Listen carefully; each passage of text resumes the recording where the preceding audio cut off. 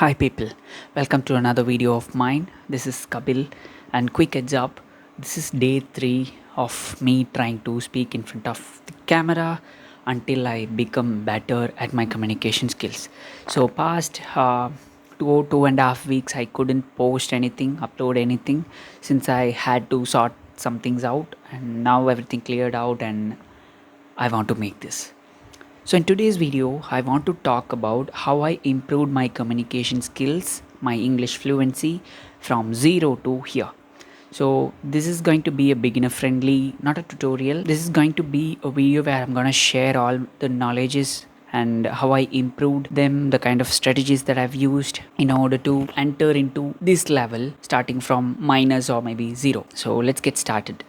So the first step is to just start speaking. So I know this is the common advice that people give whenever if you ask for an advice to improve your communication skill. But trust me, why they say this is because that's the only way you can assess where you're exactly in. Whether in a really beginner level or intermediate level, or you should at least understand where you're making the exact mistakes, right?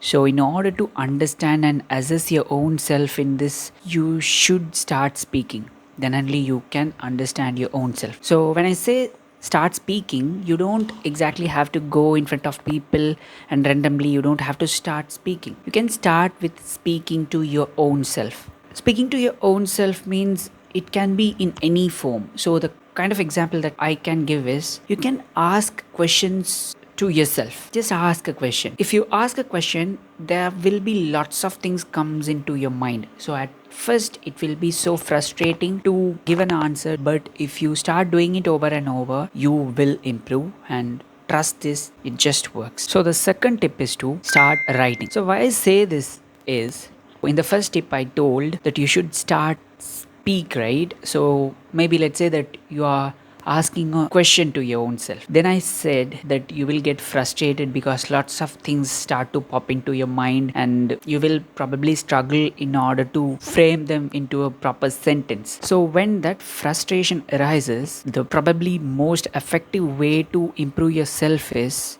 start writing those answers. Maybe it can be simply like journaling. Why journaling works or why writing works is, let's say that there is a mathematical question and there is no paper or pen or nothing. You're just trying to find that answer just in your mind and you're tussling up in your mind to get the best answer, and it will take lot of time, right? But once you get some assistance with the paper and pen, it will become little easy for you. So the same idea applies to even becoming better at speaking in English. Just start to write whatever in your mind on that paper. So once you start writing, at first you will be little hesitant to write the proper answers, but once you start writing, it will be obvious where you're exactly making those errors and mistakes. Once you understand where you're making those errors, you can improve it.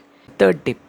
Third tip is to start reading. So when I say reading, you don't have to start reading some bulk books. Or I have seen people telling that they're not books people or they don't have better concentration to read, and they say that they're really interested in listening to audiobooks and all that. I understand, but if you're someone who is telling that you're not a book person or you don't have proper concentration to read and all, I would say that you haven't found the right book yet. Don't try to push yourself too much into a book, but if you don't find yourself really interested in a book, don't push yourself too much. Just start reading something that you might be really enjoying. If you're an absolute beginner, don't start with books which are really bulk.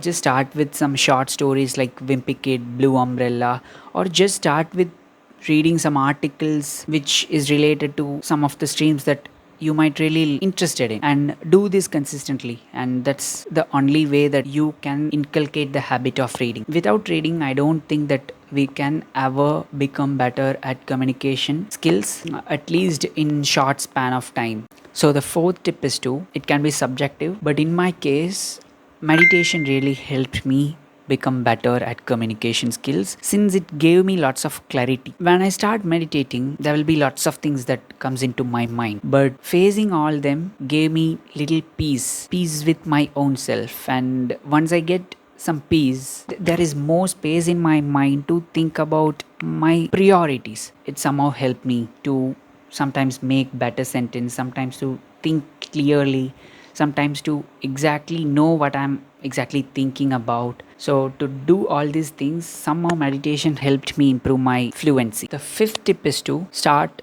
speaking with people. So I've already told that start speaking to at least yourself, and now why I'm telling to speak to people is then only you will get the maximum confidence. Let's say that you're making errors, it's really fine, that's part of the journey. People might mock you, maybe they will be really kind enough and help you improve. Just start speaking.